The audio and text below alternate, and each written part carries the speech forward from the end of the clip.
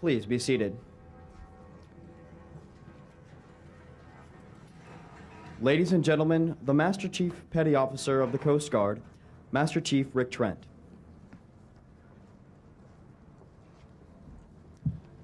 Good morning. We have a gorgeous day for this event, and the five of us seem to still have the power. We ordered it up special. We, the enlisted men and women of the armed forces, have gathered here today jointly to honor General John M. Shalikashvili as his active military service comes to an end. Emigrating with his family from Poland to the United States in 1952, he earned a bachelor's degree in mechanical engineering just 6 years later.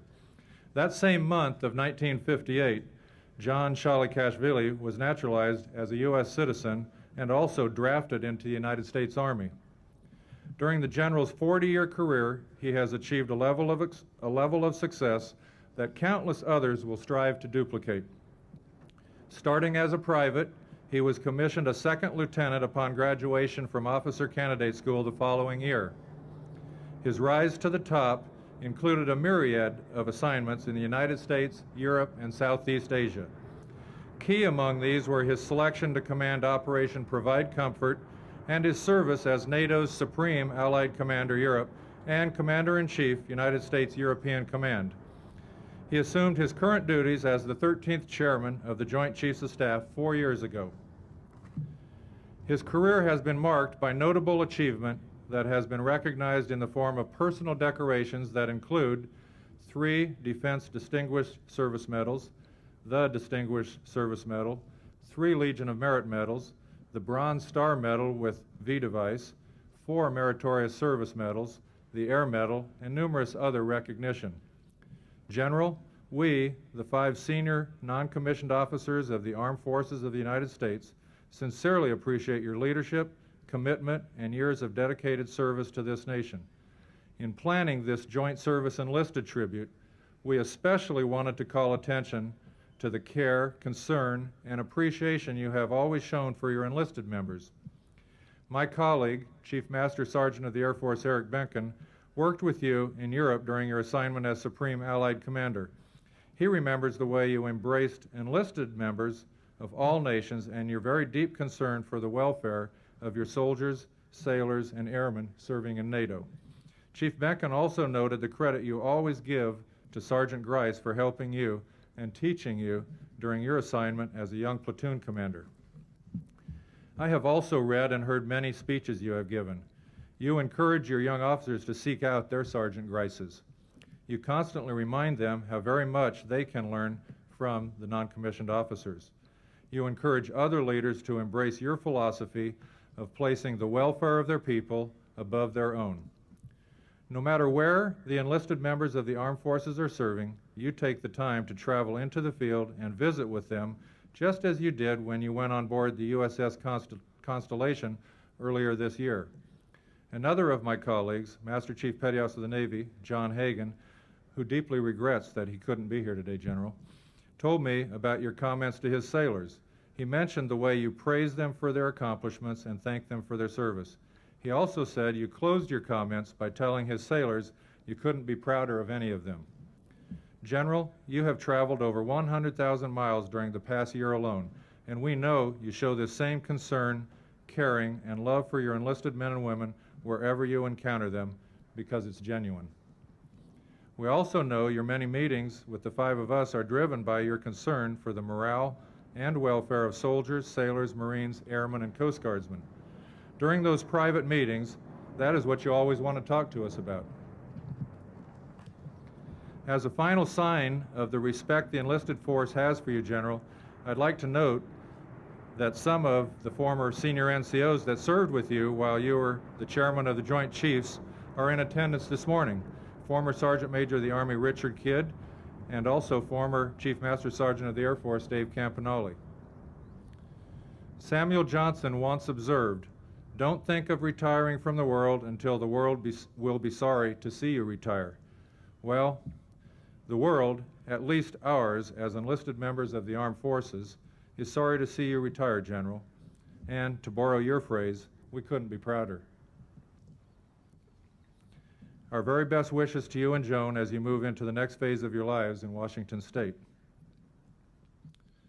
Now, representing all enlisted men and women, the 5 senior non-commissioned officers of the armed forces will present General Shalikashvili a crystal etched with their chevrons with a small inscription which reads, "Presented to General John M. Shalikashvili with deep respect, heartfelt gratitude, and great affection from the enlisted men and women of the armed forces of the United States."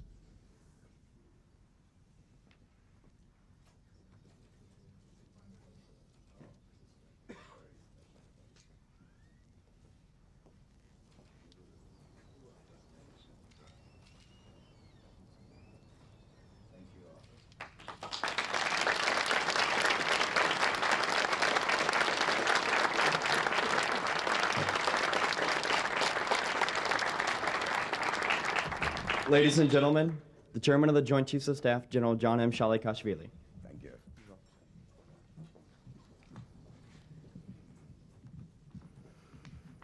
Thank you all very much for coming. And thank you very much for those kind words.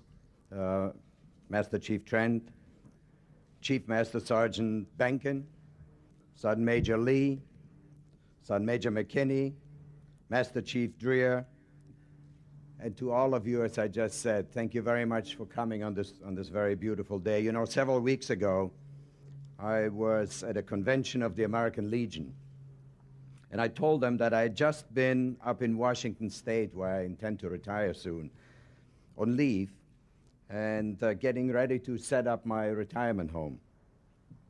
And while there each morning, I stopped by a local pancake house.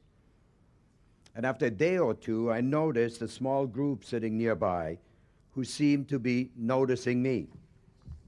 And after a while, one of them spoke up and said, "Hey, aren't you new around here?"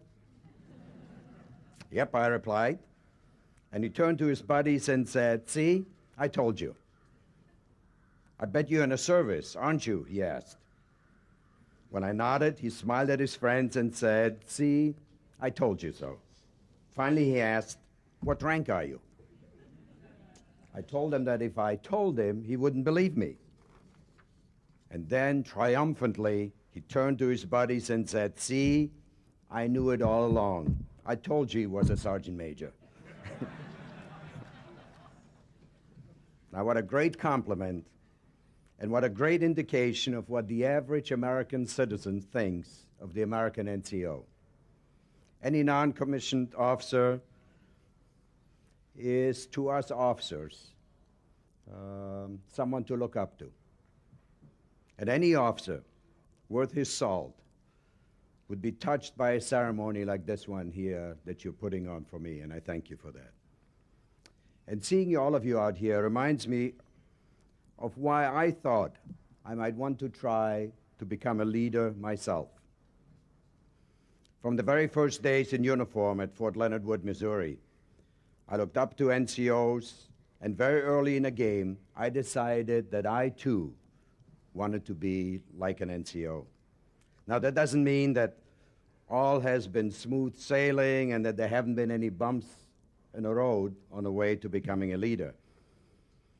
And after a very special day at OCS, I thought my leadership ambitions had come to an end. You see, I arrived at OCS, and on my very first night there, after a very special welcome by the TAC officers and TAC NCOs, I snuck out of the barracks and wandered around for about an hour trying to find someone to whom I could resign. Fortunately, I couldn't find anyone who would accept my resignation, and I went back to the barracks, where I was awakened at 0400 the next morning, and since then, the train has been running much too fast for me to get off. And what a wonderful life that has been by any measure. But I don't have to tell you that this military life is a mixture of good times and tough times, and no one knows that better than you. The good times come from the camaraderie, the sense of togetherness and of teamwork, of helping those you lead, and the joy of accomplishing difficult things under challenging conditions. Teamwork, accomplishing the mission, and overcoming challenges, and taking care of those in your charge, that after all is the essence of the non-commissioned officer. That's what you do, and that's what you stand for. The tough times, separations from family and from loved ones, long hours and bad weather, the endless days of hard work, those times too are the essence of the non-commissioned officer. Because it is the NCO, more than anyone else, who provides the one thing we must have to get ourselves through those tough times: caring, compassionate, no-nonsense, frontline leadership. In our history, we have often had to do without money, or ships, or tanks, or planes. But we have always had American sergeants and petty officers, and that has been enough to see us through those tough times. You guide and teach our soldiers, sailors, airmen, Marines, Coast Guardsmen. And more than you realize, you guide and teach our young officers as well. You've just heard Sergeant Trent talk about my buddy, Sergeant Grice. And I often, in fact, do tell the story of my first platoon sergeant, who taught and trained me as a young officer and showed me what being a leader is all about. And so I've long suspected that every good officer I have ever met has also had his own Sergeant Grice. In fact, if I had to pick the one thing we have that very few other militaries have, it would be just that, the backbone of our armed forces, you, the non-commissioned officer. Time and again, my counterparts have pointed out to me how much they admire and how much they want to emulate the strength and professionalism of America's NCOs. It is you, the non-commissioned officer, who makes America's armed forces the finest in the world. And because of that, you are our nation's treasure, and you deserve our highest thanks and our deepest admiration. Around the world, in every corner of the globe, on land, at sea, and in the air, American lives and interests are under the watchful and protective care of our soldiers, sailors, airmen, Marines, and Coast Guardsmen.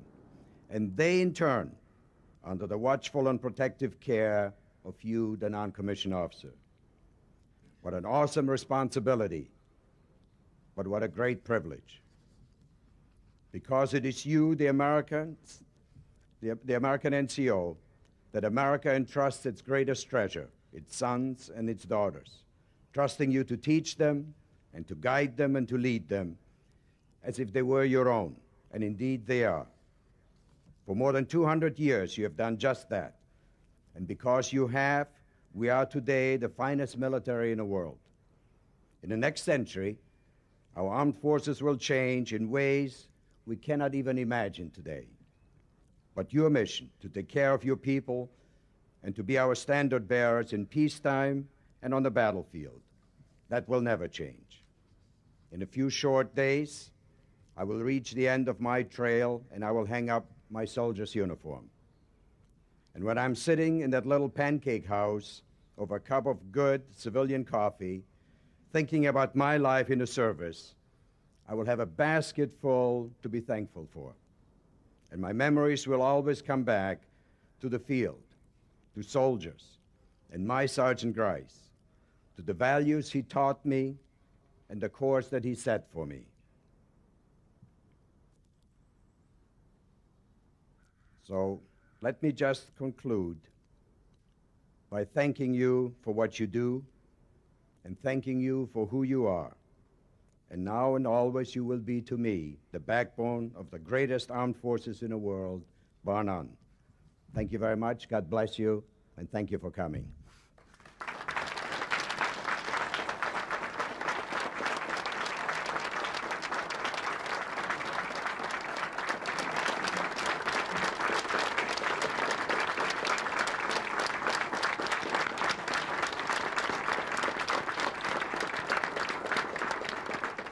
Ladies and gentlemen, please remain standing for the playing of the service medley.